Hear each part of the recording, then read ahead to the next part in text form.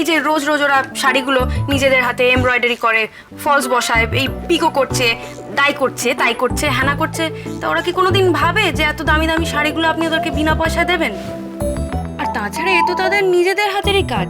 আর আশার কথাই যদি বলেন, আশা তো করতেই পারতো, কই আশা তো কেউ করে না। আপনি স্টাফ ডিসকাউন্ট যা দেন তাতেই যে দামে শাড়ি পারে কেনে। কিন্তু বাড়িতে যদি একটা রেস্টুরেন্ট থাকে আর সবাই যদি আশা করে যে 1 প্যাকেট করে চাউমিন পাবে, কি এমন ভুলটা চেয়েছে? কি বা খরচা হতো আপনাদের, কতটাই বা টাকা লাগতো? তারা আনন্দ করে খেত আর মনে মনে বুবাই বাবুকে আশীর্বাদ করতো। ভুলটা এমন কি আর চেয়েছে? আপনি যদি বলেন তাহলে আমি বুবাই বাবুর সঙ্গে নিজে কথাও বলতে পারি। সে আমি জানি সুমনা, এর থেকে অনেক বেশি কঠিন কাজ তুমি করতে পারো, আমি জানি। কিন্তু এখন থাক। না না, থাকবে কেন? আপনি বলুন না উনি কোথায়, ওনাকে তো দেখছি না। বুবাই বাড়িতে নেই।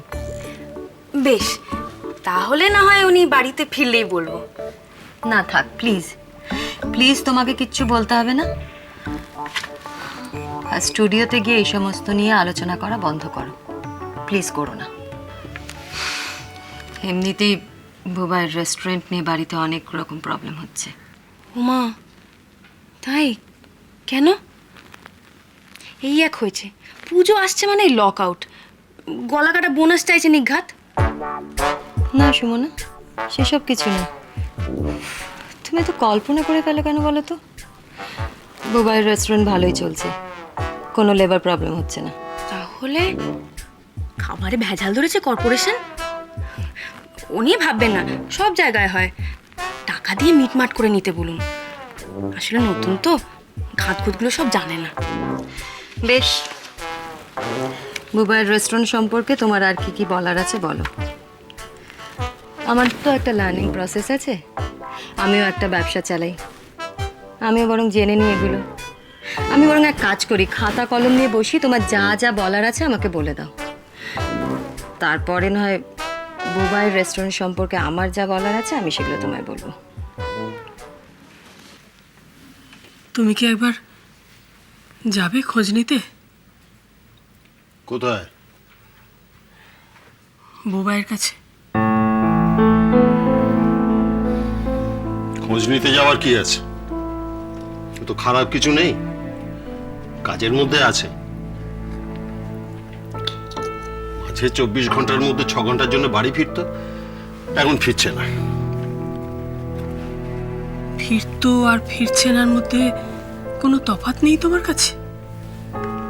আমাকে চিঠিতে পরিষ্কার জানিয়ে গেছে যে ও আর কোনোদিন এ বাড়িতে আসবে না। তাহলে এ বাড়ি বা কেন যাবে ওর কাছে? ওকে তো অন্যায় কিছু বলা হয়নি।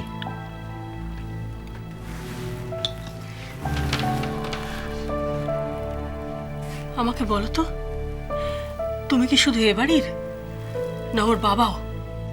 কথাটা তা নয়, কথাটা ও এ বাড়ির। ও যদি এ বাড়ির প্রতি কোনো অন্যায় করে থাকে তাহলে তার শাস্তি বাড়িই দেবে। সেখানে বাবা ছেলে বলে কোনো আলাদা ক্ষমা নেই। কই, বাবা তো তা বললেন না। এবার তো বলবে বাবাও এ বাড়ির নন। সেটা বাবার ব্যাপার। বাবা যদি তার নিজের তৈরি করা নিয়ম ইচ্ছে মতো নিজেই ভাঙতে শুরু করেন, সেটা স্পষ্ট করে আমাদের জানিয়ে দেওয়া উচিত। তুমি তর্ক করছো কেন নিখিল? একটা জেদ ধরে বসে থেকে কি লাভ হবে বলো তো? ছেলেটা তো আমাদের, এই বাড়ির, এই বংশের সবকিছুর আগে ও তোমার আমার সন্তান। আমরা কি শুধু ওর কাছে বংশ পরিচয় হয়ে থাকবো আর কিচ্ছু ভাববো না? তো কি করার কথা বলছো তুমি? বললাম তো, একবার ওর কাছে যাও, ওকে গিয়ে বলো বুবাই বাড়ি চল, দেখবে ও ঠিক চলে আসবে। ওর ওপর অত কনফিডেন্স আমার নেই। আমার কথা শোনো। আচ্ছা, ওর মনে হবে না যে আমি একটা চিঠি লিখে বাড়িতে জানিয়ে এলাম যে আর কোনোদিন বাড়িতে ফিরবো না? কই বাড়ির লোক কেউ তো এসে আমার সঙ্গে দেখা করলো না। তার মানে আমি বাড়িতে থাকি বা না থাকি তাতে কারো কিছু এসে যায় না।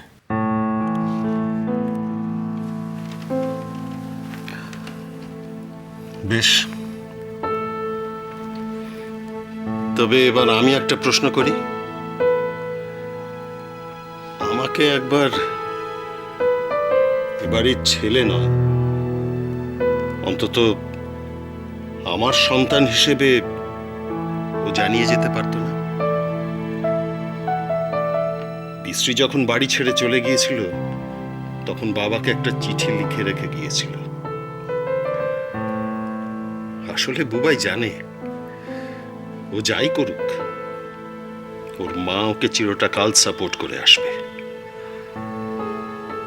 তাই চিঠিটা তোমাকেই লিখতে হলো।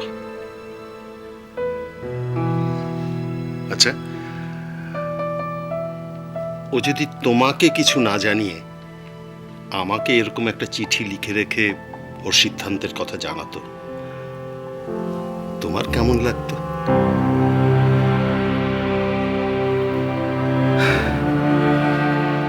তাই বলছি, তুমি যাও, দেখে এসো। দেখে আসা নিয়ে তো কথা, যদি আমার কথা ওঠে, দয়া করে নিজে থেকে তুমি আমার কথা বলো না। তাহলে ওকে বলো যে বাড়ি ছেড়ে চলে যেতে বলার কোনো ইচ্ছে তো আমার কোনোদিনই ওকে ছিল না। ও যখন খুশি, যেদিন খুশি ফিরে আসতে পারে।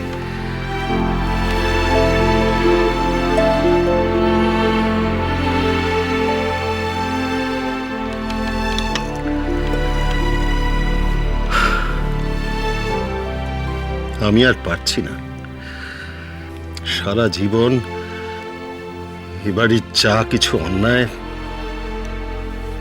যা কিছু অপছন্দ, সবকিছুর দায় আমাকে নিতে হচ্ছে। তোমরা তো এতদিন এ বাড়িতে আছো, কোনোদিন বাবাকে গিয়ে জিজ্ঞেস করেছো কে, কি, কেন? সবকিছুর উত্তর আমাকে দিতে হয়।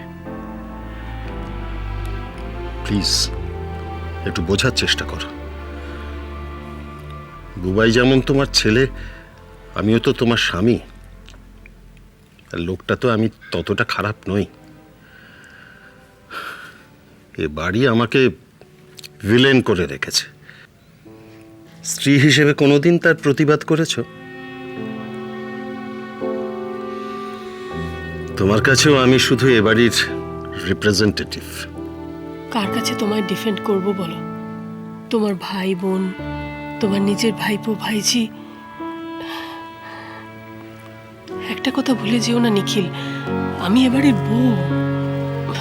প্রতিবাদ যদি না করে থাকি, এই বাড়ির জন্যই করিনি। তুমি জানো, আমার নিজেরও অনেক অভিযোগ ছিল। তুমি জানো, মানে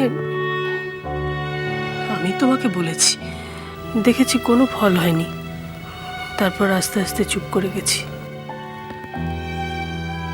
আমি নিজের জন্য যদি কখনো প্রতিবাদ না করে থাকি, তাহলে অন্যের জন্য কি করে প্রতিবাদ করব বলো তো?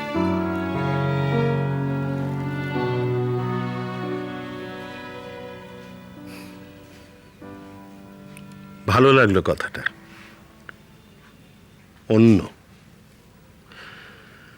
স্ত্রী স্বামীকে অন্য মনে করে।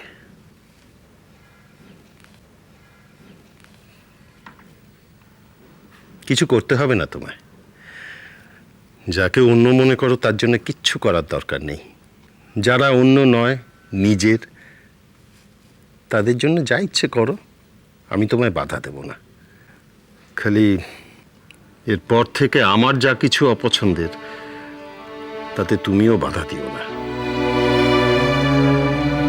কথাটা মনে রেখো বাকি জীবনটা।